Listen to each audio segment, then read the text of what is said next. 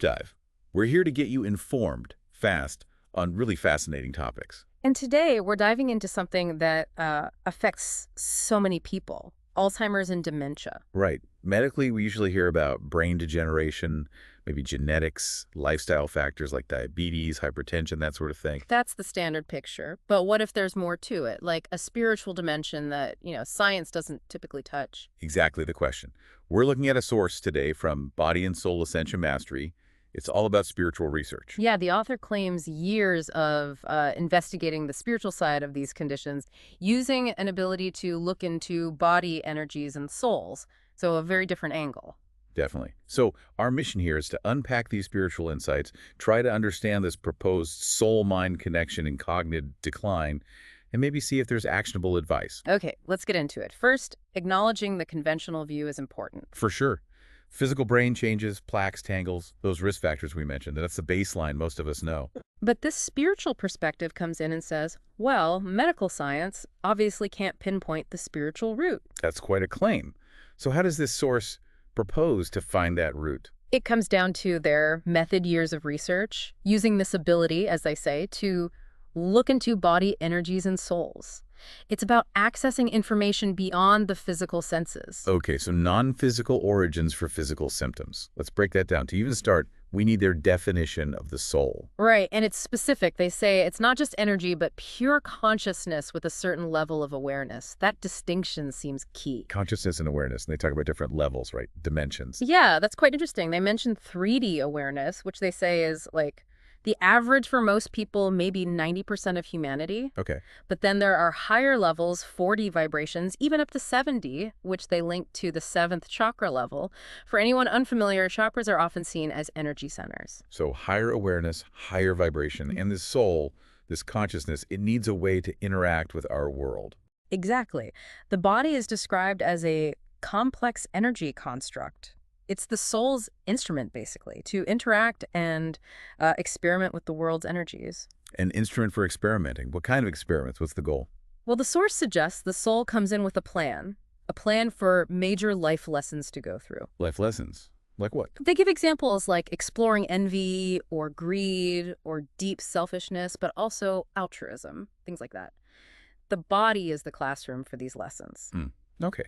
So if the body is the classroom, how does the soul, keep things on track? How does it guide the person? Through messages, things like intuition, dreams, and other signs. It's presented as this constant, subtle communication stream from the soul to the mind. Ideally, anyway. Ideally. Which brings us to the core issue presented for Alzheimer's and dementia. Right. The central idea here is that these patients have long disconnected from their souls by choice. By choice. That's significant. Not just a biological failing, but a chosen disconnection. Yes. And they describe what that looks like. A really deep attachment to the physical world, relying only on the 5 senses, what science confirms. So a kind of material focus. Seems like it. And alongside that, a loss of curiosity about life itself, a fear of change, sticking rigidly to old habits, old ways. Interesting. Because the source also says the soul wants to be here to explore and learn. Right. Until the very last moment. Exactly. The purpose isn't just repetition, it's growth. Continuous new experiences. That's the soul's intention, according to this view. That actually reminds me of what you sometimes hear about people who live really long, healthy lives. Yeah, the source actually brings that up. Mentions centenarians often talk about staying curious, finding joy in small things, being optimistic, and feeling grateful. It's presented as the total opposite of that spiritual disconnection. A stark contrast. Okay, so if this disconnection happens, if the soul is ignored, what mechanically happens then in this spiritual model? The source says the soul essentially steps back. It stops its active involvement in the person's daily life. It withdraws support. Withdraws. And does that have physical consequences? Apparently, yes. When the soul steps back, it's said to take away subtle, life-sustaining energies. Subtle energies, like a vital force. Kind of. And it particularly affects the brain's energy fields, which are described as very sensitive. So imagine cutting off a crucial, unseen power supply. Wow. And without that subtle energy. That's when, over time, the source says major neurological issues start showing up. Memory loss, confusion, disorientation, speech problems, even depression. So the neurological symptoms are the result of this energy withdrawal. That's the sequence presented, which leads to their definition. The spiritual root of Alzheimer's and dementia is essentially the separation of the mind and soul. Mind and soul separated. And the outcome is becoming disconnected from reality and other people, not understanding life, not progressing. Yeah, it's like losing your inner compass completely. The short version, they say, is just losing interest in the world around you and in new experiences. Losing interest. You know, it's fascinating how they connect this to something from neurology. Neuroplasticity, right. Exactly. The source points out that science shows new interests create new neural pathways. Our brains can change and adapt. And this spiritual view interprets that neuroplasticity as part of our design, specifically to enhance our soul's awareness through new experiences. So our brains are literally built for this kind of soul-enhancing exploration. That's the implication. And if we stop using that capability, if we stop engaging, Then the soul withdraws. yes, leading to that disconnection between the mind, brain, and soul. And then the physical brain deterioration happens as an effect of that separation, not the primary cause. The physical deterioration is an effect.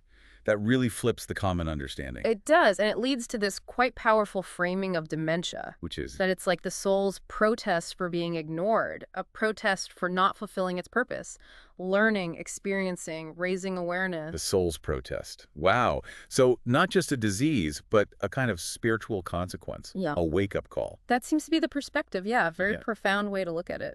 Okay, so given this perspective, what's the advice? How do we avoid this disconnection or maybe even heal it?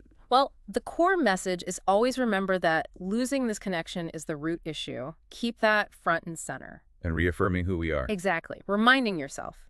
You are a soul having an earthly experience in a body, and as a soul, you are immortal. Framing life as this ongoing learning journey. So practical steps. What Yeah. can you actually do?